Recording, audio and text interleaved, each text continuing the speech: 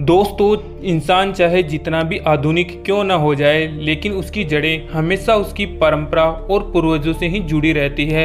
हम आज जो भी है, जैसे भी हैं, वो सब हमारे माता पिता, दादा दादी और हमारे पितरों की ही देन है। जब तक पूर्वजों का आशीर्वाद हमारे सिर पर होता है, तब तक जीवन की हर मुश्किल आसान लगती है। इसलिए पितृ पक्ष का समय इतना खास माना जाता है। यह वो पवित्र काल है जब हमारे पितर धरती पर आते हैं और देखते हैं कि उनकी संतान उन्हें याद कर रही है या नहीं। अगर हम श्रद्धा और भक्ति से उन्हें स्मरण करें तो वे प्रसन्न होकर आशीर्वाद देते हैं। लेकिन अगर हमसे छोटी मोटी गलतियां हो जाए तो यही कृपा पितृदोष का कारण बन सकती हैं। आज के इस वीडियो में हम विस्तार से जानेंगे पितृपक्ष और श्राद्ध के समय कौन सी 11 गलतियां कभी नहीं करनी चाहिए। वो कौन से 11 काम हैं जिन्हें इस समय आप करके अपने पितरों को प्रसन्न कर सकते हैं और आपके घर में सुख समृद्धि का आगमन ला सकते हैं। और हाँ, अगर पितर आपको भी सपने में दिखाई दे तो उनका क्या रहस्य होता है, ये सब चीजें इसी वीडियो में आपको मिलने वाली हैं। तो आइए शुरू करते हैं। पहली बात, पितृ पक्ष में कौन सी 11 गलतियां आपको नहीं करनी चाहिए। तो सबसे बड़ी गलती, श्राद्ध के समय हंसी मजाक करना। श्राद्ध एक पवित्र अनुष्ठान है, इसे कभी भी मजाक का रूप न दें। कहते हैं कि अगर कोई इस समय हंसी मजाक और ठिठोली करे तो पितर अपमानित हो जाते हैं।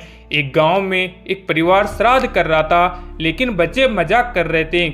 उसी रात परिवार के मुखिया को भयानक सपना आया, जिसमें उनके पितर गुस्से में दिखाई दिए। अगले दिन उन्होंने बच्चों को समझाया और गंभीरता से श्राद्ध किया।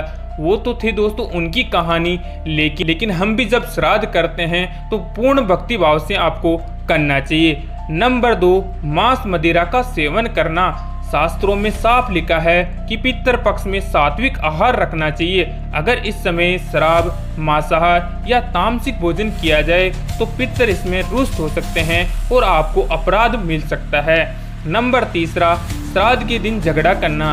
पितरों के स्मरण के दिन यदि घर के लोग आपस में झगड़ते हैं तो यह ऊर्जा सीधा पितरों तक जाती है और हमें दुख प्राप्त होता है। चौथी गलती, कौवे और कुत्तों को भोजन न कराना। हिंदू धर्म में कौवा पितरों का प्रतिनिधि माना जाता है। श्राद्ध के दिन अगर उसे भोजन न दिया जाए तो माना जाता है कि पितर भूखे रह जाते हैं। 5वां बड़ा कारण, माता पिता या बुजुर्गों का अपमान करना। जो लोग जीवित माता पिता की सेवा नहीं करते, उनके श्राद्ध का कोई उनको फल नहीं मिलता। 6ठी गलती, स्नान दान की उपेक्षा करना। इस दिन स्नान करके पवित्र होना और दान करना अनिवार्य है। बिना स्नान और दान के श्राद्ध अधूरा माना जाता है। नंबर 7 गलती, श्राद्ध का दिन भूल जाना। पितरों का अपना तिथि काल होता है। अगर श्राद्ध की तिथि भूल जाए तो ये गंभीर गलती होती है और आपको पितृदोष लग सकता है। 8वीं बड़ी गलती, पीपल और तुलसी की अपेक्षा करना। श्राद्ध के दौरान पीपल और तुलसी का विशेष महत्व है, इन्हें जल चढ़ाना अनिवार्य है। 9वीं गलती, दिखावा करना। अगर कोई सिर्फ समाज को दिखाने के लिए श्राद्ध करता है तो उसमें श्रद्धा नहीं, वह तो व्यर्थ है और आपको पितृदोष लगना स्वाभाविक बन जाएगा। 10वां बड़ा कारण, ब्राह्मणों और गौ सेवा की उपेक्षा करना। श्राद्ध में ब्राह्मण और गौ सेवा को विशेष फलदायी माना जाता है। इसी दौरान अगर कोई मनुष्य इनका अपमान करता है तो उन्हें भारी भरकम ऋण चुकाना पड़ता है।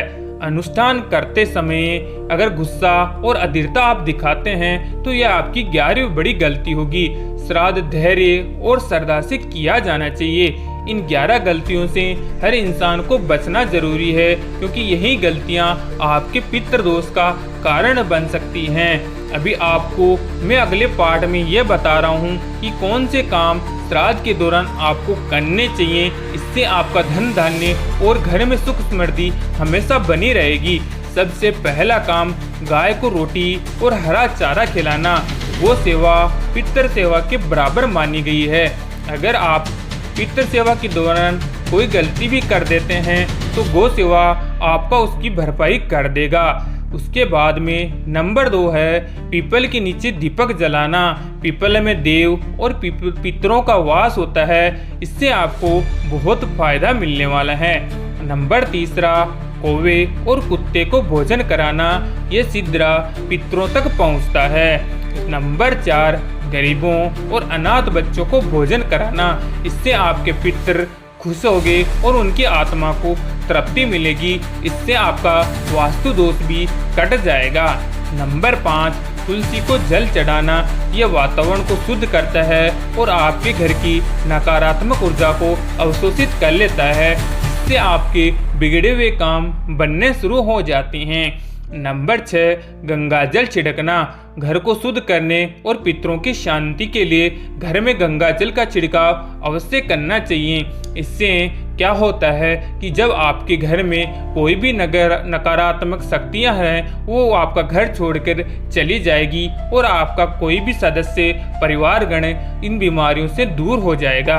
नंबर 7 व्रत रखना, व्रत से आत्मशक्ति और पुण्य की प्राप्ति होती है, साथ ही साथ आपका पितरों के प्रति समर्पण और प्यार भी दर्शाता है, इससे आपको जीवन भर कभी भी पितृदोष नहीं लगेगा। नंबर 8 घर में पितरों की फोटो या प्रतीक के पास दीपक जलाना, ये उनकी उपस्थिति को सम्मान देना होता है। नंबर 9 गीता का पाठ करना, गीता का पाठ आत्माओं की शांति के लिए सबसे श्रेष्ठ माना गया है। अभी आता है नंबर 10 ब्राह्मण भोज और दान करना, यह परंपरा हजारों वर्षों से चली आ रही है, इसे आप भी जारी रख सकते हैं। नंबर 11 जीवित माता पिता की सेवा करना, यही सबसे बड़ा पितृदान है, क्योंकि अक्सर हमारे समाज में देखा जाता है कि जीवित माँ बाप की तो कोई सेवा करता नहीं है और मरने के बाद उनका श्राद्ध अच्छे से किया जाता है, वो भी सिर्फ समाज को दिखाने के लिए। तो आपको इस बड़ी गलती से बचना होगा। अभी आपको अगर सपनों में आपको भी पितृ दोष है या पितृ आपके सपने में आते हैं, तो इनका क्या अर्थ होता है वो जान लेते हैं। अगर आपके सपने में पितर गुस्से में दिखे तो इसका मतलब यह है कि आपका श्राद्ध अधूरा है या आपसे कोई बड़ी गलती हो गई है। नंबर 2 आशीर्वाद देते दिखें तो पितृ दोष आपका समाप्त हो गया है और सुख समृद्धि का आपको अच्छा संकेत माना गया है। इसका मतलब यह है कि पितरों ने आपका समर्पण स्वीकार कर लिया है। अगर तीसरा कारण पानी या भोजन मांगते दिखे तो तर्पण और दान की आवश्यकता अभी भी आपको है। अगर चौथी बात पूछें तो शांत मुद्रा में दिखे तो पितर आपके प्रसन्न हैं और आपके रक्षक है, जो हर आपकी मुश्किल राह में आपको साथ देने वाले हैं। एक महिला को सपना आया कि उनके पितर पानी मांग रहे हैं। अगले दिन उन्होंने तर्पण किया और उसी हफ्ते उनके घर में चल रही बीमारियां अचानक ठीक होने लगी। तो यही है दोस्तों, अगर आप जीते जी और जीने के बाद भी अगर पितरों को सही से समर्पण और अच्छे भक्ति भाव से श्रद्धा भाव से पितर अर्पण करोगे और भोग लगाओगे तो आपको पितर दोष कभी नहीं लगेगा। इस वीडियो का मकसद यही है कि समाज में अच्छा नॉलेज आए। ये नॉलेज आपको कैसा लगा? अगर अच्छा लगा हो तो वीडियो को लाइक और सब्सक्राइब भी जरूर कर लीजिएगा। राधे राधे।